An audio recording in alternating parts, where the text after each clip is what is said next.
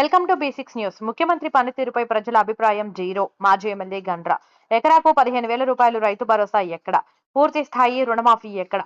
సన్నవడ్లకు 500 రూపాయలు బోనస్ ఏది? మాజీ ఎమ్మెల్యే గండ్ర.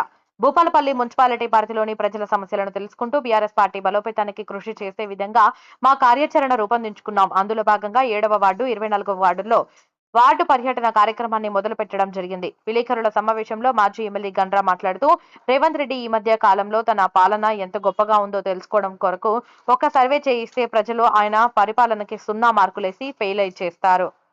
ప్రజల్లో ప్రభుత్వంపై ఎంత వ్యతిరేకత ఉందో ఆయన సర్వేనే చెప్పింది. చెత్త పరిపాలన, చెత్త ప్రభుత్వం అని వారన్నారు. ప్రతి సందర్భంలో కూడా ప్రభుత్వమే ఒత్తిడి తీసుకొస్తా ఉంది.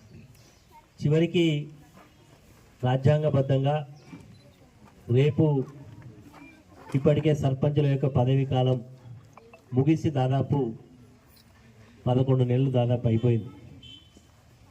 అదేవిధంగా రేపు జనవరి 20వ తారీఖు 26వ తారీఖు మున్సిపల్ కార్పొరేషన్ల మున్సిపల్ చైర్మన్ల యొక్క పదవీ కాలం కూడా ముగిపోతూ ఉన్నది. ప్రభుత్వానికి అనివార్యమైనటువంటి పరిస్థితి, ఎన్నికలు అనేటివి అనివార్యంగా పెట్టాలి. ఒకవేళ పెట్టలేకపోతే కేంద్ర ప్రభుత్వం నుంచి గ్రామ పంచాయతీలకు, మండల ప్రజా పరిషత్తులకు, జిల్లా ప్రజా పరిషత్తులకు, అదేవిధంగా మున్సిపాలిటీస్కి రావాల్సినటువంటి కేంద్ర ప్రభుత్వం యొక్క సహాయం అందకుండా పోయే దుస్థితి వస్తుంది. కాబట్టి ఎన్నికలు అనేటివి పెట్టాలి. మరి పెట్టడానికి ప్రభుత్వానికి గత్యంతరం పరిస్థితుల్లో ఎన్నికలు పెట్టాలి. కాబట్టి ఇచ్చిన హామీలు ప్రధానమైనటువంటివి గతంలో కేసీఆర్ గారు ఇచ్చినటువంటి రైతు బంధు ఇవ్వకుండా గ్రామాలలోకి తిరిగేటువంటి పరిస్థితి ఉండదు. ఇప్పటికే రైతుల నుంచి ప్రభుత్వం మీద తీవ్రమైనటువంటి వ్యతిరేకత చవిచూస్తూ ఉన్నారు. ఇది నేను చెప్పిన మాట కాదు, సాక్షాత్తు ముఖ్యమంత్రి గారే ఆయన సర్వే చేయించుకున్నాడు.